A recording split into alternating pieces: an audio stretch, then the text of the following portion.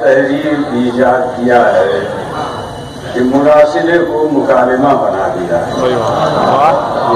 1000 کوس سے بزبان قلم باتیں کیا کرو، ہجر میں مثال کے کیا کرو.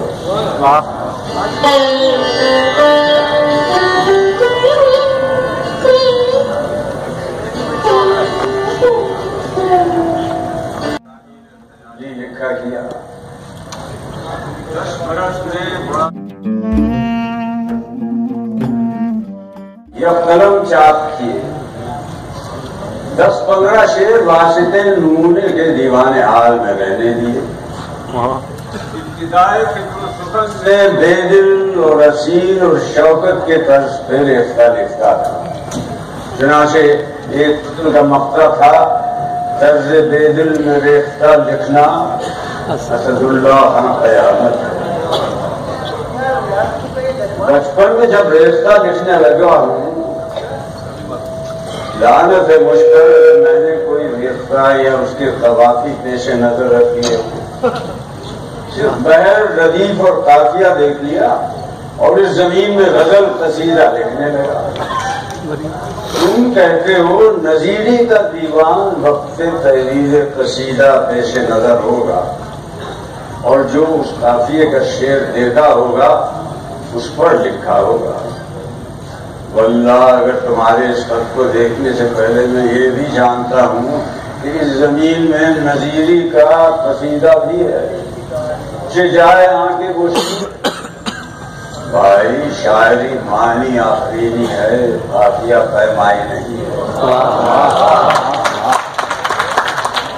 مدت ہوئی ہے یار کو مہمان جوش قضا سے بزم چراغاں کیے ہوئے دل پھر طواف کوئے ملامت کو جائے.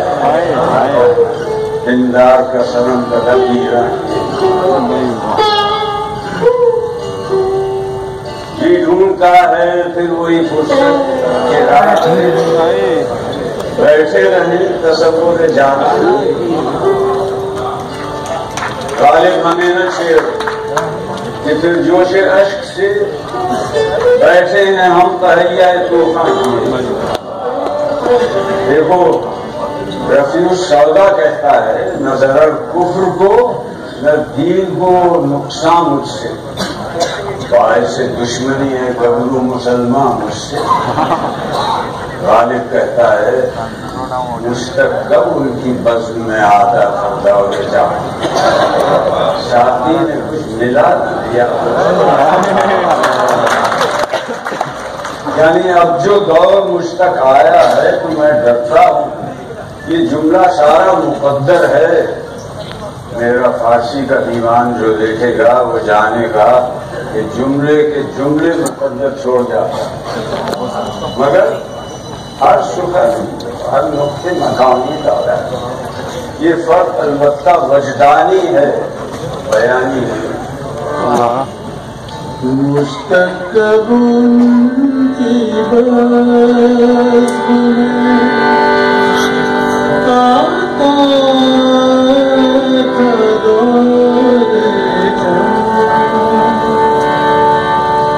ساتھی نے کچھ ملا دیا شراب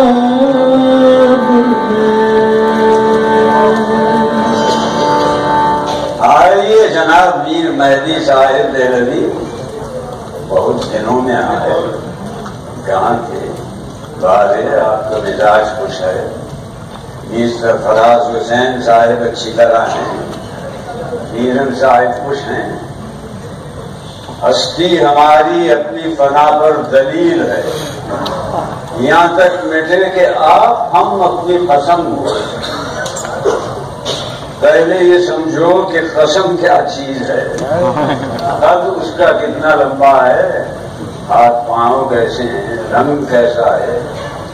جب یہ نہ بتا سکو گے تو جانو گے کہ قسم جسم و جسمانیات میں سے نہیں، یہ اعتبار محض ہے. وجود اس کا صرف تعقل میں ہے، اسی ملک کا سب اس کا وجود ہے. یعنی کہنے کو ہے، دیکھنے کو نہیں۔ بس شاعر کہتا ہے کہ جب ہم آپ اپنے قسم ہو گئے تو گویا اس صورت میں ہمارا ہونا ہمارے نہ ہونے کے دلیل ہو۔ تذکیر و تانیث کا کوئی قاعدہ منضبط نہیں کہ اس پر حکم کیا جائے، جو جس کے کانوں پہ لگے، جس کا دل قبول کرے اسی طرح ہے۔ پیر ہوئی یا پیر ہوا یہ منطق عوام کا ہے، ہمیں اس سے کچھ کام نہیں۔ ہم کہیں گے کہ دوشنبہ ہوا، پیر کا دن ہوا، میری پیر ہوئی یا پیر ہوا ہم کیوں بولیں گے؟ گلشن البتہ مذکر مناسب ہے، رکھتا ہے بھائی جہاں الف رکھتا ہے میرے کلیجے میں ایک تیر رکھتا ہے، رکھتا ہے گلشن بھی، یہ الف دبتا ہوا دیکھ کر میں نے رکھتی ہے بنا دیا۔ پھلکی یا پھلکا تنہا ہمانی محض ہے، ہلکی پھلکی ہلکا پھلکا یوں آئے درست، ورنہ لب۔ اور یہ جو پھلکا پتلی چپاتی کو کہتے ہیں یہ دوسرا لفظ ہے۔ لو باؤ کیا لکھوں، سرے راہ کی منڈیر کے پاس جو تخت بچھا ہے اس پر بیٹھا ہوا دھوپ کھا رہا ہوں اور خط لکھ رہا ہوں۔ جاڑا پڑ رہا ہے، ہمارے پاس شراب آج کی اور ہے، کل سے رات کو میری انگیٹھی پر گزارا ہے۔ کیا بات ہے، کیا بات ہے۔ بوتل گلاس موقوف، کل کے لیے کرائے نہ قصت شراب میں، یہ سوئے زن ہے ذاتی کوثر کے بعد۔ میرا تو یہ حال ہے کہ جو کچھ میں نے کہا پھر جب تک تمہارے پاس نہ بھیج لوں مجھ کو چین نہیں آتا۔ تم کو سخن فہم جانتا ہوں، پلنگ کے پائے ڈھونڈ رہا ہوں، کھاتے رہتے ہو اس طرف سے جما رہے۔ یہ تم نے نہیں لکھا کہ پائے بڑے پلنگ کے ہوں یا چھوٹی سی پلنگ ہے۔ لو غزل سنو غور سے دل لگا کر، اس کی نقل جہاں چاہو بھیجو، اس بزم میں مجھے نہیں بنتی ہے۔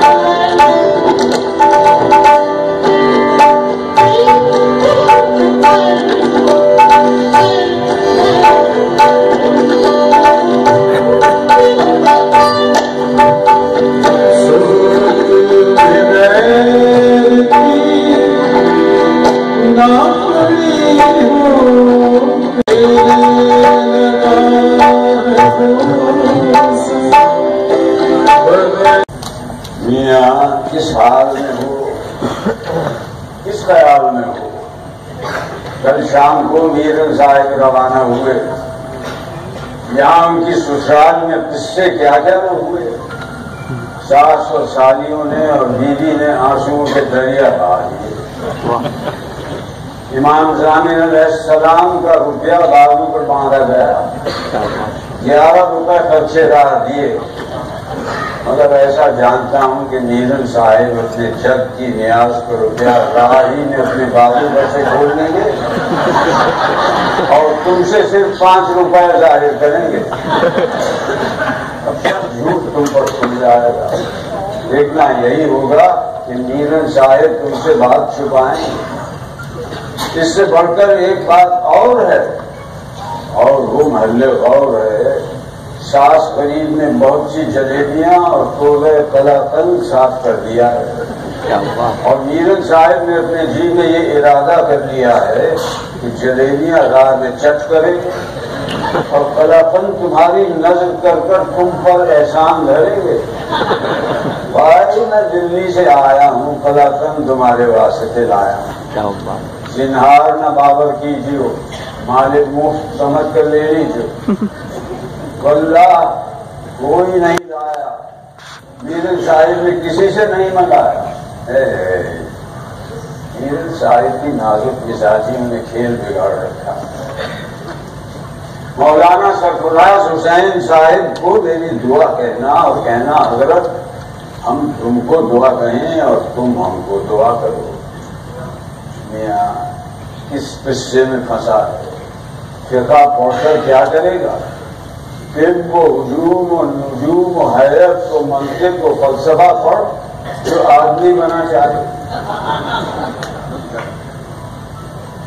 موت کی راہ نہ دیکھوں کہ دن آئے نہ رہے، تم کو جان کے نہ آئے۔ مجھ کو تم سے بڑا تعجب ہے کہ اس بیت کے معنی میں تم کو تعامل رہا۔ اس میں 2 استفہام آ پڑے ہیں کہ وہ بطریق تان و تاریخ معشوق سے کہے گئے۔ موت کی راہ نہ دیکھوں، کیوں نہ دیکھوں؟ میں تو دیکھوں گا ہی کہ دن آئے نہ رہے، کیونکہ موت کی شان میں سے یہ بات ہے کہ ایک دن آئے ہی نہیں، انتظار ضائع نہ جائے گا۔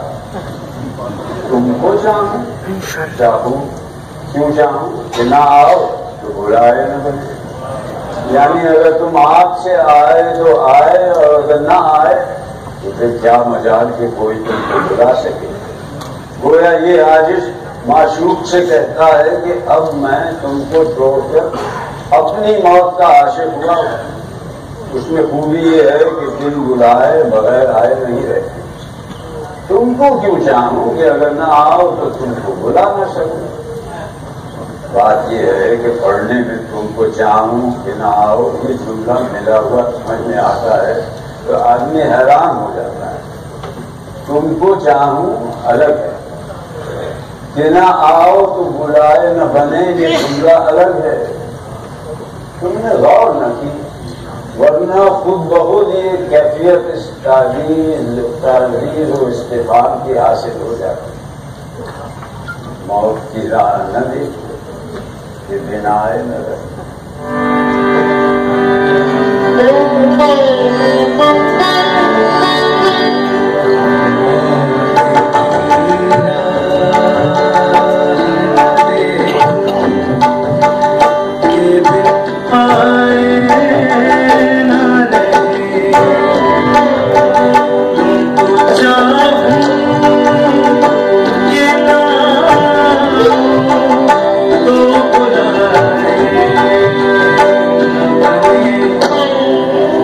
touching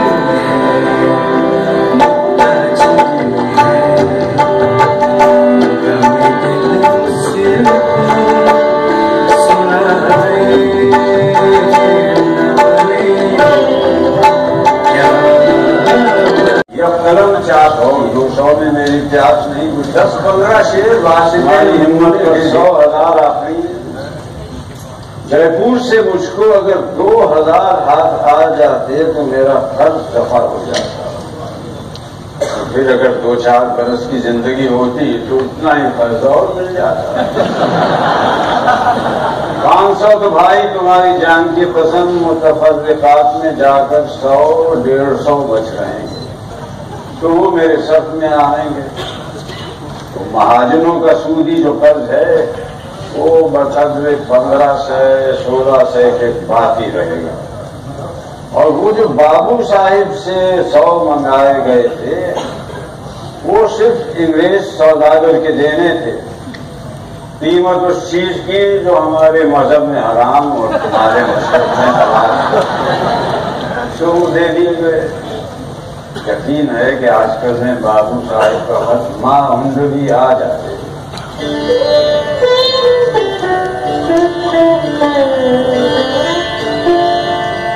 جس دن تم کو خط بھیجا تیسرے دن ہردیو سنگھ کی عرضی اور 25 کی رسید اور 500 کی ہنڈوی پہنچی، تم سمجھے؟ بابو صاحب نے 25 ہردیو سنگھ کو دیے اور مجھ سے مجرا نہیں۔ بہرحال ہنڈوی 12 دن کی میعادی تھی، 6 دن گزر گئے تھے، 6 دن باقی تھے۔ مجھ کو صبر کا مٹی کاٹ کر روپے لے لیے، قرض متفرق سب ادا ہوا، بہت خوب جوش ہو گیا۔ آج میرے پاس 47 نق بکس میں اور 4 بوتل شراب کی اور 3 شیشے گلاب کے دوشا خانے میں موجود ہیں۔ قبلہ حاجات کیوں کر کہوں کہ میں دیوانہ نہیں، ہاں اتنے ہوش باقی ہیں کہ اپنے کو دیوانہ سمجھتا۔ واہ کیا ہوش مندی ہے کہ قبلہ بابو ہوش کو خط لکھتا ہوں، نہ القاب نہ آداب نہ بندگی نہ تسلیم۔ سن غالب ہم تجھ سے کہتے ہیں بہت مجاہد نہ بن، اے ایاز حد خود بشناس، مانا کہ تم نے کئی برس کے بعد رات کو غزل لکھی ہے اور آپ اپنے کلام پر وجد کر رہا ہے، مگر یہ تحریر کی کیا روش ہے؟ پہلے القاب لکھ پھر بندگی۔ 100-200 میں میری پیاس نہیں بجھتی، تمہاری ہمت پر 100